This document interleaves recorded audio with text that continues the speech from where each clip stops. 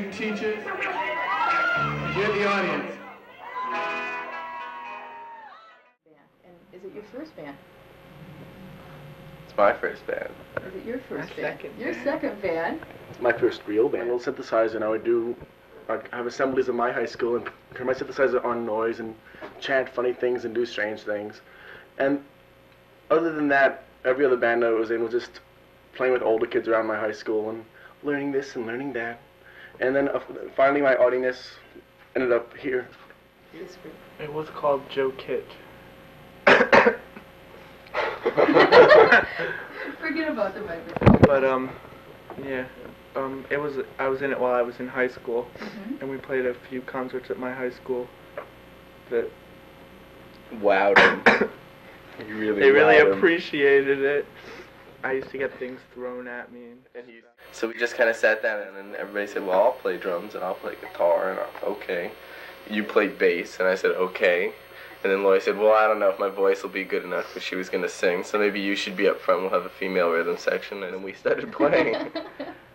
We were just rehearsing like for 2 months, and then we were going to play a test gig and see how we thought it felt.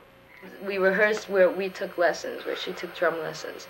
We used the drums there in this like really cold loft on 29th Street. 28th. 28th Street. 39th Street. Wherever it was, it had like hardly any electricity. The lights were always going out. I played on a Japanese bass that had about 3 strings half of the time. And 4 strings the rest of the time. Right. And sometimes I had 6 strings. Yeah. No cover versions? We did a couple, Yeah. just for fun. We did The Witch by the Sonics Yeah. and Remake Remodel by Rossi. Just groups we like. We don't sound like Hank Williams, but I like him a lot. Yeah, there's All so these many influences influences seep running in. around in this You can't band. say what kind of thing you're doing. It's worthless. We had tried to explain to people then, oh, we're this kind of pop band. They would have been like, oh, yeah, you're Right. pop, right, you know, but there was like people like Charlie at CBGB's who thought that we were and waited for us to actually show through and sound a little more like pop than noise.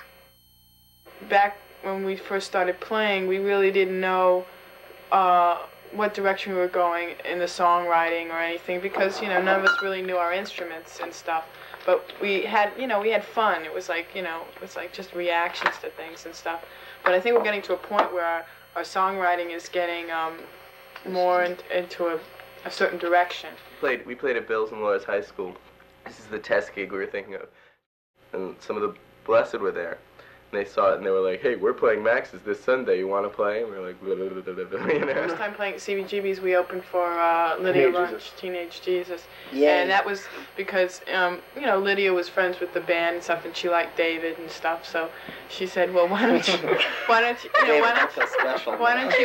open for us? You know, and this was without an audition. And at that point, Charlie didn't know us or anything. And after we played and got off stage, Charlie came back and said, smoking set. He said we had the karma. Yeah. And he said he liked it. Billy thought we were a 5-girl art rock band. Yeah, we had a reputation as an art rock band. Before people saw it? Yeah, that was just because we didn't know how to tune our instruments. And we didn't know how to play them.